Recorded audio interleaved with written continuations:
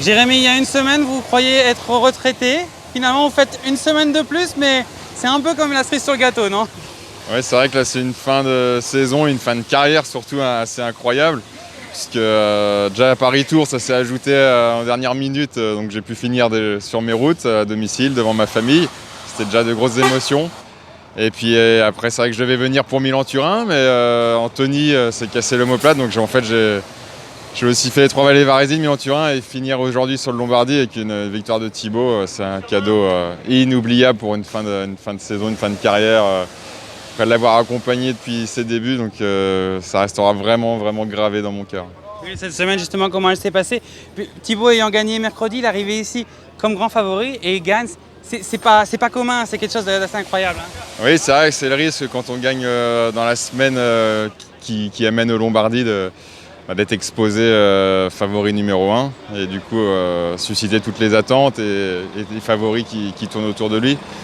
Mais voilà, c'est vrai que les favoris, les leaders se sont retrouvés rapidement entre eux dans le mur de Sormano et ils sont passés à l'attaque assez loin de l'arrivée. C'est vrai que c'était un sacré final, comme on voit rarement de partir aussi loin entre leaders. Et, voilà, c'était stressant jusqu'au bout.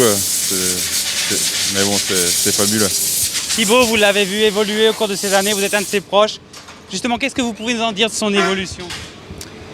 Il a été fort très rapidement chez les jeunes et en passant pro, donc forcément il a pu gagner en maturité, en expérience de course, en approche de course. Et c'est pour ça qu'aujourd'hui ça fait un des meilleurs coureurs du monde, parce que physiquement il a toujours été exceptionnel. Et maintenant il arrive à gérer un peu tous les alentours, enfin tous les aléas autour. Et il arrive à arriver prêt et occulter un peu ce qui se passe autour de lui, tout ce qui peut le toucher, quoi. Justement, cette année, il y a eu la défaillance au Giro alors qu'il était sur le podium. Vous sentez que, en un sens, bien sûr, c'était une déception, mais on a le sentiment que ça l'a un peu libéré parce que depuis, il a vraiment cette soif de victoire. Est-ce que vous pensez que les deux choses sont liées? Non, pas nécessairement. Après, c'était pas une défaillance, c'était quand même une maladie. Il s'est battu jusqu'au bout.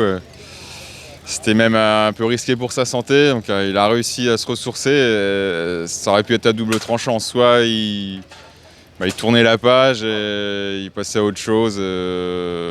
Voilà, mais il a su bien se reposer, se ressourcer, faire une petite introspection et repartir, voilà, le couteau entre les dents et aller chercher maintenant les victoires comme il l'a fait. Donc c'était peut-être je ne peux pas dire un mal pour un bien, parce que franchement, dans l'état où il était, j'ai pas envie de le revoir comme ça. Mais on sent quand même que depuis quelques mois, depuis la Vuelta notamment, il y a cette soif de victoire chez lui. Vraiment, il veut gagner des courses et il ne veut pas penser, il ne veut pas calculer, il part. Et d'ailleurs, tout le monde l'adore ici, tout le monde adore sa façon de courir. Oui, bien sûr, c'est vrai que tout le monde l'adore en Italie. Les tifosi sont impressionnants avec lui.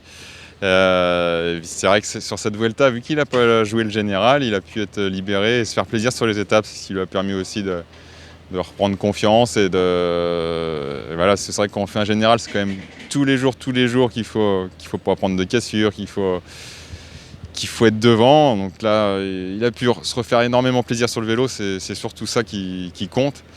Et après, sur les courses d'un jour, forcément, il peut aussi s'éclater dans le final. Et puis il a franchi un cap physiquement.